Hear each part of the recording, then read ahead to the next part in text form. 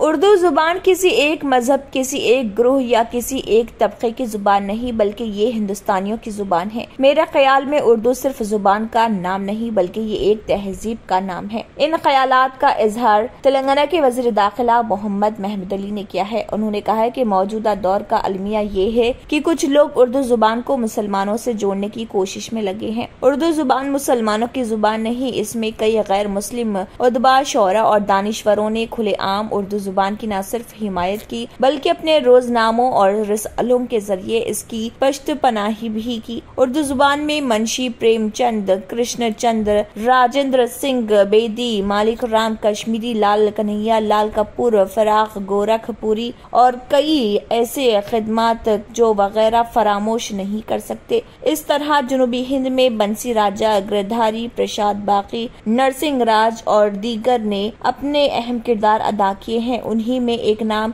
अंजनी कुमार गोयल का है, जिन्होंने उर्दू शायरी से उर्दू की खिदमत अंजाम दे रहे हैं। जीएचएमसी की डिप्टी मेयर मोती श्रीलता शोभन रेड्डी ने आईलाइट कैंप का मुआयना किया, जो हुकूमत तेलंगाना की जानिब से पुरजोश अंदाज में जारी है। इस मौके पर डिप्टी मेयर मोती श्रीलता शोभन रेड्डी ने कहा कि चीफ मिनिस्टर केसीआर कारकुनों की फलाह व बहबूद और अवाम की फलाह व बहबूद के बारे में बहुत कुछ सोच रहे हैं। डिप्टी मेयर ने हैदराबाद शहर के तमाम अवाम से गुजारिश की है कि वो आंखों की रोशनी यानी आईलाइट प्रोग्राम से इस्तेफादा हासिल करें। इस प्रोग्राम में जनकाला वेंकटेश, नागेश्वरा, श्याम हरी और दीगर बीआरएस कायदीन मौजूद थे।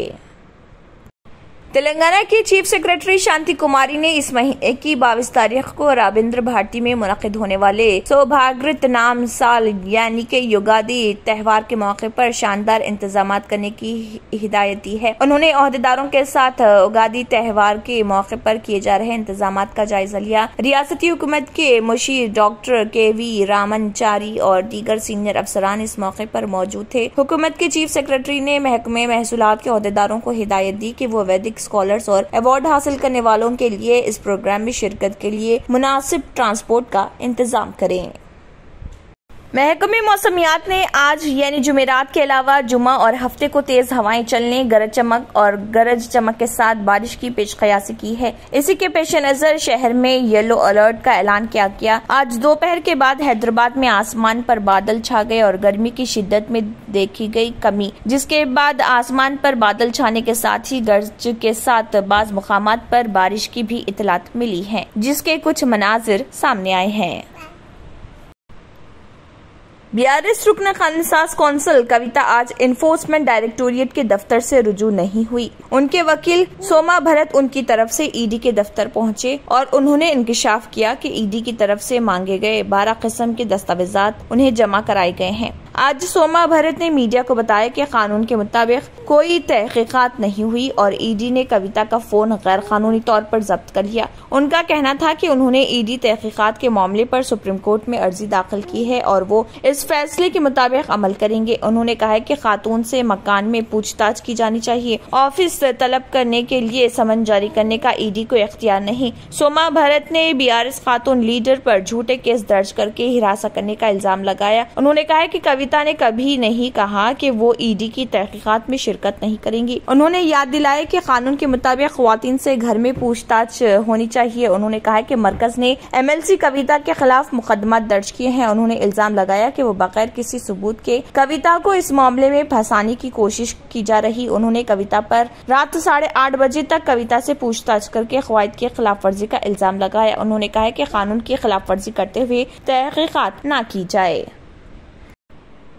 हैदराबाद हल्के असम्बली गोशा महल के बीजेपी के मुअत्तल शुदा मलऊन रुकन असम्बली राजा सिंह के खिलाफ रियासत महाराष्ट्र में मुसलमानों के खिलाफ इश्तियाल अंगेज तकरीर का मुकदमा दर्ज कर लिया गया। मीडिया रिपोर्ट्स के मुताबिक श्रीरामपुर पुलिस स्टेशन के हुकाम ने बताया कि टी राजा सिंह को शिव जयंती छत्रपति शिवाजी महाराज की जयंती के मौके पर मुनक़िदा एक प्रोग्राम में मदऊ किया गया था। यहाँ उन्होंने अपनी तकरीर के दौरान मुस्लिम तबके के तईं काबिल एतराज तबसरा किया। मुकामी मुसलमानों ने मलऊन राजा सिंह की नफरत अंगेज तकरीर के खिलाफ शिकायत दर्ज करवाई, जिसके बाद पुलिस ने केस दर्ज कर लिया।